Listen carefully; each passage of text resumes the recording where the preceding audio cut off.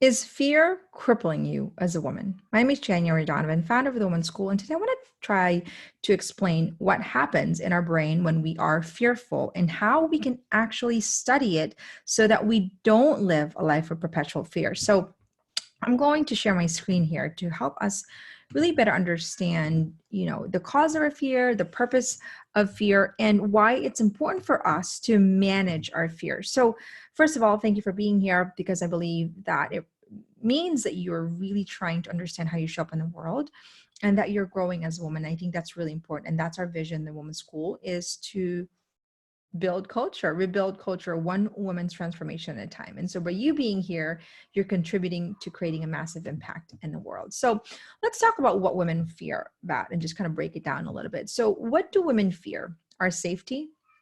I think there's a physical safety. There's also an emotional safety, death, rejection, criticism, judgment, and feeling as though we're not really good enough for other people, which causes loneliness, right? Our failure or failures make us feel afraid because we feel like we're kind of not going to be accepted if we don't live a life that's perfect. That leads us to feeling as though we're not good enough. I think there's that fear is I'm not good enough mom, I'm not good enough, in my work, I'm not good enough spouse. And so we live that perpetual fear that leads to feeling as though we're really invisible. And this is a new phenomenon that, kind of came out in the world of social media where we're afraid of not being seen because it makes us feel as though we're not important. But at the same time, we are also have this fear of being seen as a fraud. So there's all these massive confusion and conflicts, I think, that we actually have to identify so that we can clarify. Remember, when we identify and we clarify, then we diffuse our capacity for anxiety because we clarify the source of it. And that's an important skill set that we teach in the Women's School. Fear of being unlovable, which is all connected. These are all connected, but I'm giving you language for it. Fear of sickness. I think that's a real thing. I think that for me, I fear the sickness of my children and their health. Lack of money is a huge fear. It's a big, huge, massive cause of stress, especially now, and especially in relationships. Fear of pain. It could be a physical pain or an emotional pain, just challenges, something that I think is going to cause a lot of discomfort. Fear of the unknown, that's a massive fear. And fear of, because we don't have control, we don't know what's going to happen. Fear of also, being uncomfortable, the discomfort. This is why the biggest fear is actually speaking in public, because it's almost like we suffer the safety of our reputation. There's a judgment, there's not good enough, there's doubt, and it's kind of combined all together. Fear of failure, and which is why the biggest fear that we can qualify right now, according to so many studies, is actually speaking in public, because it almost composes of all this. But I think it's important for us to isolate and identify, like, what am I really afraid of? Am I afraid of rejection? Yeah, I'm kind of afraid of rejection. Am I afraid of loneliness? No, actually, I don't fear loneliness. Am I afraid of my failures? That makes me feel as though I'm not good enough? Maybe. So it's important to have language for that struggle to start to begin to identify where our fears come from so that we can actually manage it, because that's the important part, is that we manage our fears. We don't run away from it, we manage it. So first of all, fear is located in our temporal lobe of our brain called our amygdala, and it actually helps trigger a fight or flight response. So it's actually a very important part of our brain. It's that bundle of almond-shaped neurons in our brain that's part of our limbic system that actually helps us to process emotion and senses danger, right? So our amygdala's job is to actually help us keep alive. Because if there's a lion in front of us and we don't do anything about it because we don't sense that it's dangerous, then we could be eaten, right? But in order for us to give birth to a new woman and not live in perpetual fear, we have to identify what's causing us fear so that we're not constantly living in fear. Because sometimes it's not a lion, it's our mother-in-law. Sometimes it's no money. Sometimes it's fear of rejection, right? So we want to be able to override our fears and grow into maturity so that we don't live a lifetime where we feel anxious, because that's what fear does. It kind of gives us this level of anxiety, right? There's no way around managing our fears, and actually fear allows us to give birth to, and overcoming our fears allows us to give birth to a new version of ourselves. So it's actually a very important journey, because in life there's so many things that are known, and it's not about being in control about the things we can't control. It's having to manage the things that we cannot control, right? It's having the command, the emotional command, the mental resilience for us to manage the things that we cannot control, right? Fear allows us to sense danger, and it's a self-protecting mechanism. But to mature out of that self-protecting mechanism, we have to keep rising above our fears so that we don't allow it, we don't become a victim of our fears. Rather, we lean into them and learn from them, because fear, actually, if you think about it, if you're being chased by a lion and you're obviously afraid, to put you into that flight mode and you're running away from it, your whole entire body actually goes into overdrive. You're running, you're hyperventilating, and it puts you in that state where you can actually protect yourself. So it's this constant heightened stress state, right? But to be in constantly living and running away from a lion for decades at a time is exhaustion, burnout, and it doesn't allow us to fully live. Okay, so let's talk about what fear is, because what I'm seeing is that if we habitually, what I mean by that is that we're constantly living in fear, we're constantly robbing ourselves of the present moment. Because imagine living always kind of like lurking, oh my gosh, there's somebody doing this, somebody's for rejection, people think of me, or perfection. Then we're never really present in the moment to actually feel the peace that we deserve, and that's a robbery. So let's talk about where fear comes from. It is a deeply wired reaction that originates in our amygdala, but more importantly, it actually originates from our subconscious brain, which, if you look at the Women's School, we talk about our mind is divided into our conscious mind, the things we're aware of, and our subconscious mind, the things that were programmed for years that we're not aware of, such as, for example, when you first learn how to drive, you had to think about all the things you need to do to drive. Now, when you're driving, you have now subconsciously wired habits that you don't have to think about, pedaling or steering the wheel. You do it so subconsciously because the process of repetition has formed your subconscious brain, and you can drive while you're texting and singing and eating. Well, that's the same thing with fear. We actually, have developed fears based on our experiences and maybe didn't have the tools to actually manage it. So now fear has become habitual, subconscious, right? Even though fear is important for us to evolve, if we never had the tools to actually manage our fear, we then create habitual patterns in our brain that allows us to constantly be living in fear. So for example, if your parents live in Great Depression, then there's fear of money. Then that fear of money gets communicated to the children. All of a sudden, we can't enjoy wealth because we just think it's bad and we never have enough, instead of saying, oh, you know what, let's use this for a family vacation or date night. Or if you went through divorce, and so your lens of fear is, I'm never going to be lovable. I'm never going to be lovable. I'm never going to find the right person. Those are fears that are coming from our experience. Or when you were chastised for failing because your parents only accepted you if you're an A student. And so that becomes literally our experience of fear, and it shapes the way we live and shape our future. So it's important to see, where our fears come from and how they were subconsciously shaped, so that we don't feel as though that we don't feel as though, we have no control over it. We can kind of isolate and find out where it comes from and then manage it from there. Right? Because a lot of our fears become heightened based on our experience. So we need to pay attention to where it comes from. So here's a basic learning I want you to understand is that, our thoughts develop an emotion. So if we're constantly thinking about not having enough money, it causes fear. And that fear causes and releases chemical reaction in our body that actually makes us, tense. And so it's actually a very united process. It's an integrated process. Our thoughts create an emotion. Emotion affects our body. Everything psychological is biological. So whatever you're feeling, it comes and originates from what you're thinking, right? So it's important to understand, okay, how were my thoughts shaped?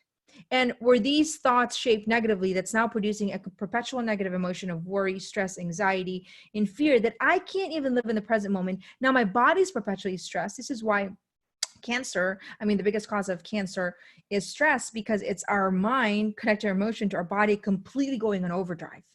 Right? So to live in fear constantly is to actually live in that overdrive stress hormones that lowers our immune system. It hijacks our present moment. It inhibits us from seeing all the good. We become irrational and selfish. And here's what I mean. When you're running away from a lion, right? You're not thinking, what can I do to contribute to humanity? What can I do to build a beautiful home? What can I do to have great conversation with my neighbor? What can I do to have meaningful connection with my children? We actually can't see the good because we're just trying to survive and stay alive. And it puts us in an irrational state, and really it helps us. It kind of leads into this unconscious selfishness, because when you're just trying to survive, you're not really thinking of other people. So fear becomes habitual pattern wired in our brain that allows us to only think of ourselves and survive. And it's literally like a wiring. So I want you ladies to think how fear was wired in your brain. What are those fears that were wired in your brain? Fear of not finding the right man, fear of losing someone, and this fear that becomes so overbearing that we can't even sleep at night, that causes us to have insomnia, or causes to not eat healthy, or causes to not actually enjoy the present moment. I have mothers that are like, okay, my life is good, but I am so worried about my kids that I can't even enjoy reading a book with my kids because I'm constantly worried about them getting sick.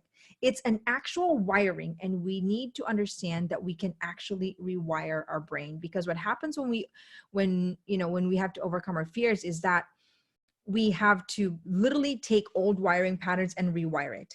That's actually a really great thing for us to understand, because neuroplasticity means that neurons that fire together wire together. So what we can do is now replace thought patterns that cause fear and rewire it with thought patterns that replace it with peace. And I love when you're looking at that wiring in our brain, because we're not really stuck, right? We can disrupt patterns of wiring to form new neural connections called neuroplasticity.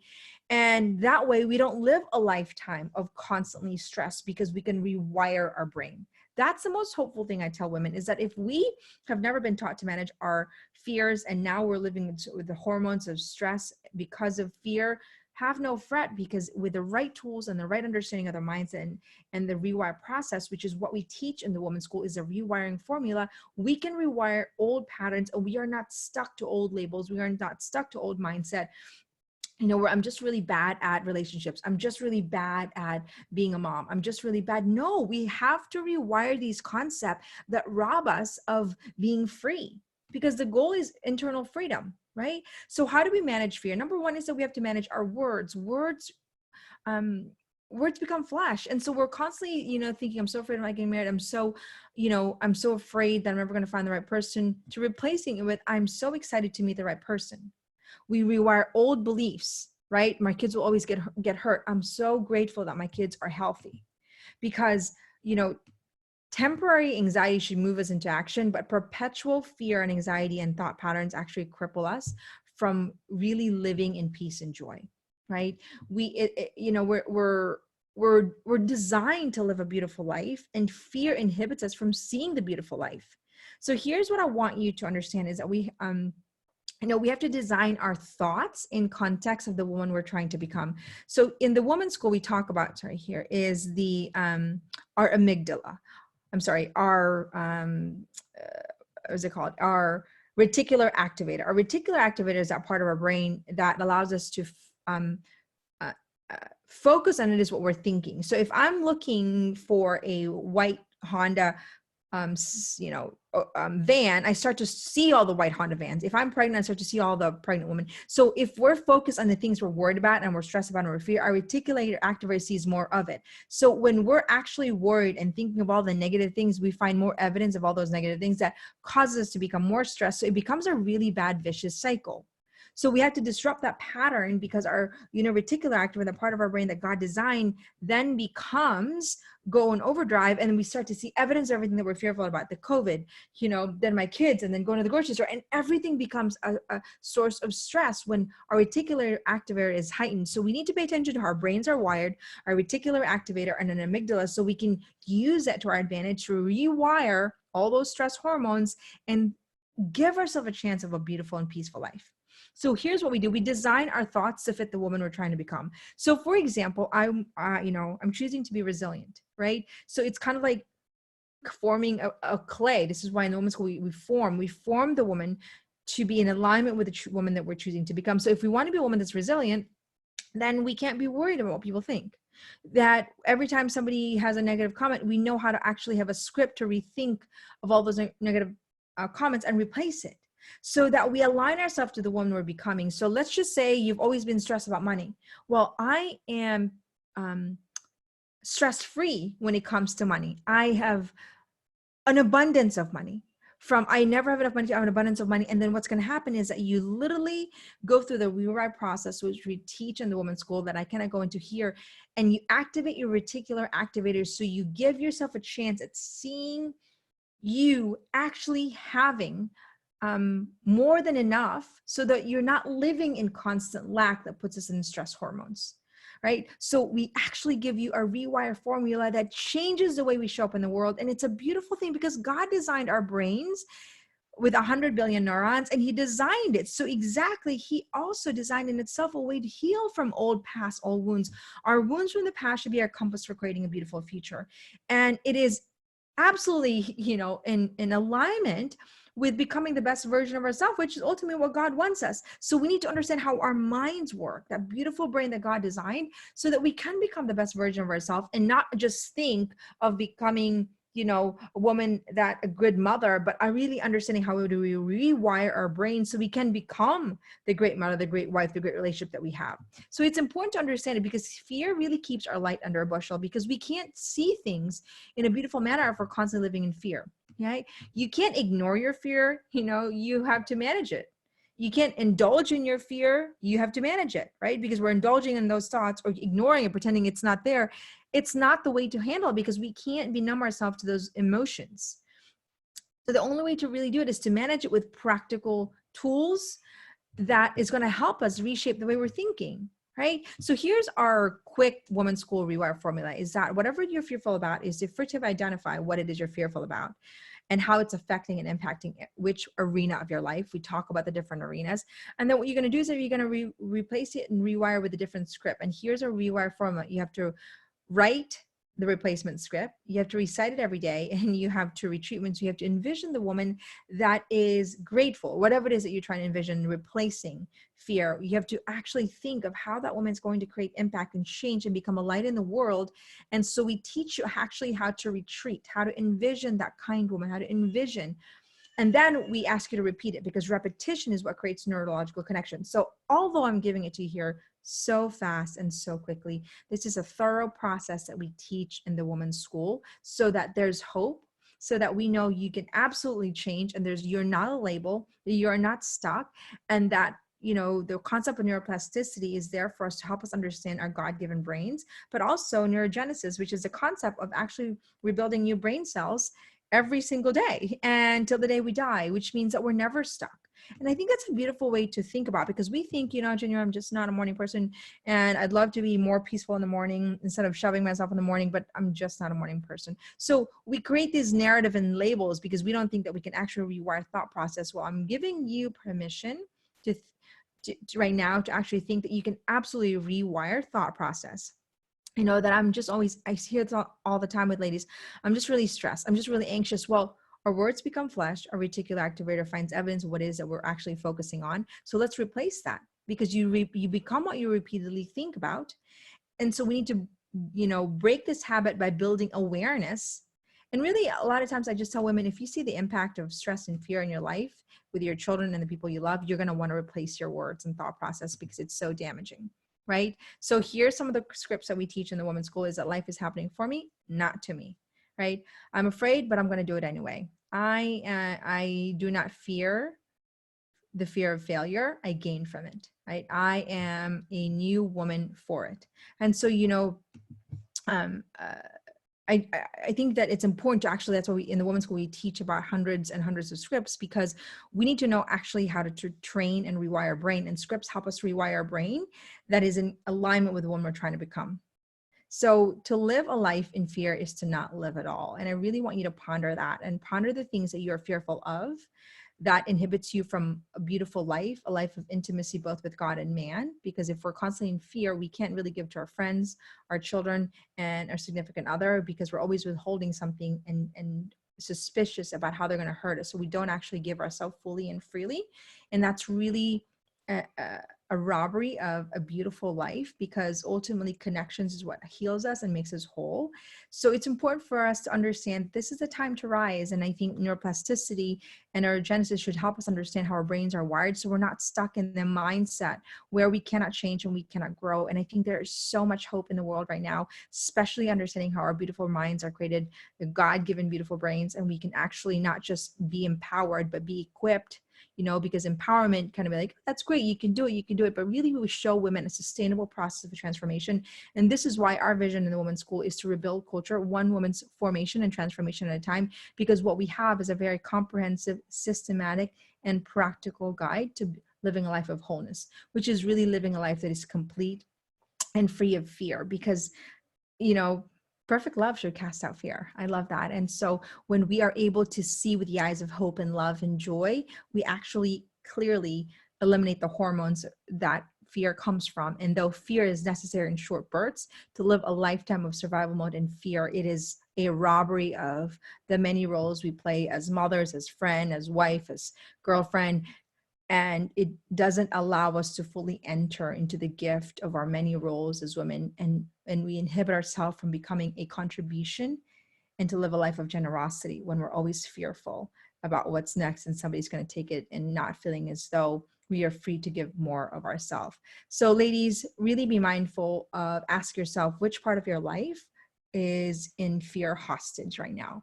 Is it money? Look at the arenas of the women's life that we teach and identify which part of your life needs to be recalibrated and rewired. And it's not as, oh, I'm just a woman that's fearful. No, really isolate where the fears are coming from, because it could not be a blanket statement. It could be something. I'm afraid that I will never be good enough for another man. I'm afraid that I will never lose it. I'm afraid that my house will always be a mess. So identifying it makes, I think, gives language to the fact that we are not a blanket statement, that we are so complex human woman beings, and that we have to respect and honor our journey and not just create a blanket statement that I am just this awful human being, and that we have to give ourselves permission to be kind to ourselves so we can grow out of that and mature into accepting who we are, and also at the same time becoming more of who we can actually dare to be. So thank you so much. This is January Donovan, founder of the Women's School, where our dream is to rebuild culture, one woman's transformation at a time. And it's beginning with us managing our fears.